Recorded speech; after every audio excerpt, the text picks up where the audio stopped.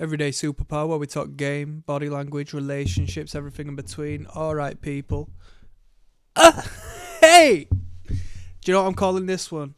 I'm calling this one the almighty I. Yeah, not the eyeball. The I is in the self. Yes, I am. I will be. I don't flipping know. I got this off of my ex-girlfriend's mother. She was a psychologist.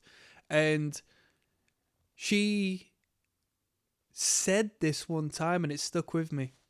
The almighty I. I don't know, and it's quite ironic really how have you seen how much it's manifest within my speech right now?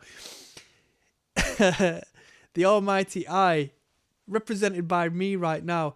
I don't know where she got this from, this concept, because I think it's Noel Gallagher's of Oasis, one of the Oasis brothers, his Instagram name. So it might be a reference to something else. It might not have come direct from her, creation. But here we are, the almighty I.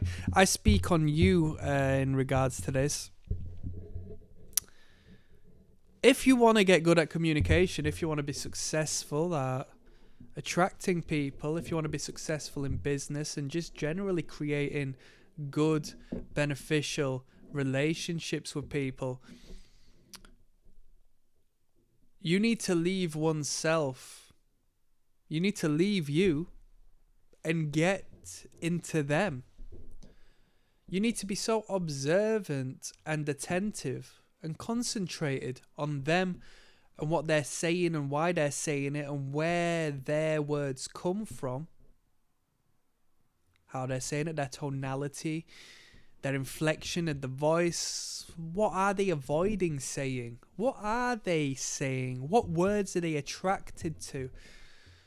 Pay attention to these things, and as you do, you leave yourself and you start to see the world through their eyes. And this is effective communication, because now you can essentially join their frame.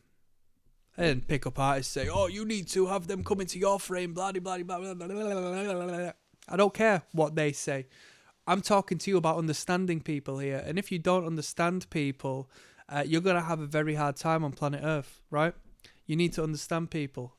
So when I say the almighty I, that is an individual who may be yourself, who is so self-involved, self-indulgent and egocentric that they obsessively talk about themselves and feel like the right way to communicate may be through, childhood experience and who they were brought up with and so forth, or as an insecure means to prove themselves. They always talk about themselves and relate everything to themselves. And I knew someone who there'd be a bunch of people talking and you'd be having a conversation with someone, and as soon as they got the opportunity to speak about themselves or connect something you were speaking about to an experience they had themselves for something that nobody cared about this, they would chime in. Oh,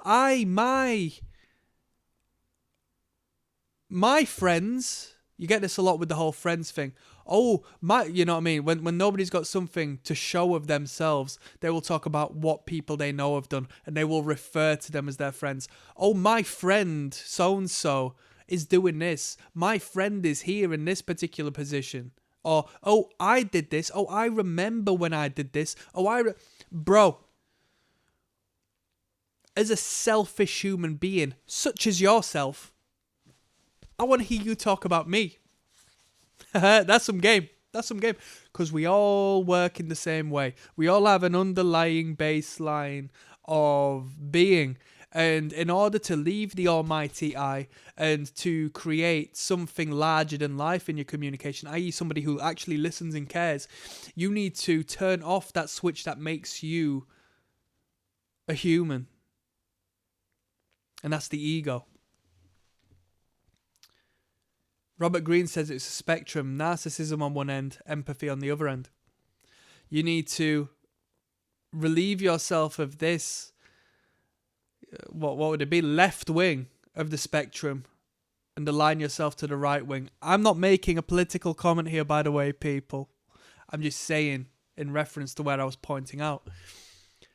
Because it's not a one thing or another thing. Yes, you can have covert narcissists, you can have overt narcissists and all this and that, but I don't think it's black and white. It's a spectrum, right?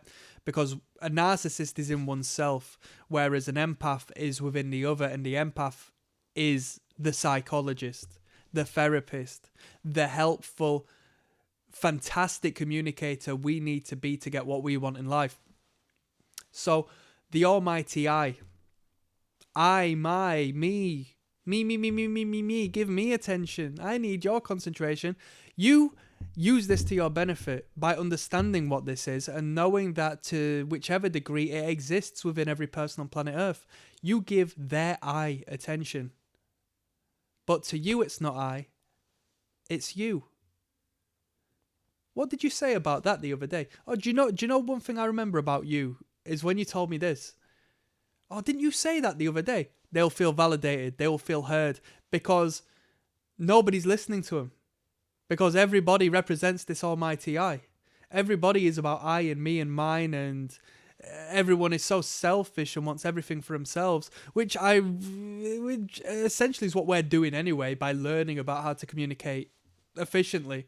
We are hopefully going to get what we want as a byproduct, but nobody wants to listen to someone who just talks about themselves all day. It's boring. Who cares? And if you want to be attractive, like actually attractive and seductive to women, if that's your game, the almighty I is so anti-seductive because you're telling too much of yourself. You're supposed to create an air of mystique and mystery so they can fill in the blanks and create idealized images of you within their own brain. Why are you telling them everything they need to know so they've got nothing else to wonder or ponder about, and they can think about the next man who they don't know about, who they wonder who is? Everybody says they want to be mysterious. Well, stop talking about yourself so much. Nobody wants to hear it. It's the most repulsive thing you can do. Yet everybody feels like that's the way you have to communicate. No. Convey information and inquire about who they are and talk to them about stuff they want to talk about. And the thing is, when they talk about stuff they're interested in, passionate about, their experiences, you learn and you garner intellect, you become a better communicator, you create a knowledge of interpersonal relationships that nobody else on planet Earth has because nobody else does this. So it's a win-win-win-win-win-win-win-win situation when you engage with people purely to hear who they are and what they've got going on and so on and so forth. It's no benefit to me to tell you who I am.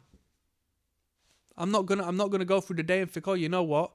I've definitely improved my life by talking to a bunch of people about myself all day. Unless there is some literal benefit, such as a job interview or so forth. But even when it comes to a job interview, you go forth and you inquire about the job and you inquire who the people who sit there before you on the table is, and you show interest in them, and they'll leave and think, you know what, there's something I like about that person, and that's the fact that you have stroked their ego. You've shown a content of character that they have not seen elsewhere because you've not sat there and tried to sell yourself in a desperate manner. You've shown genuine interest, and it is genuine, because I'm not saying just play it and fool these people. No, you're asking because you are interested, because you do know that your genuine interest is going to be of benefit to you to grow. That's some game. Click like and subscribe as always. Peace.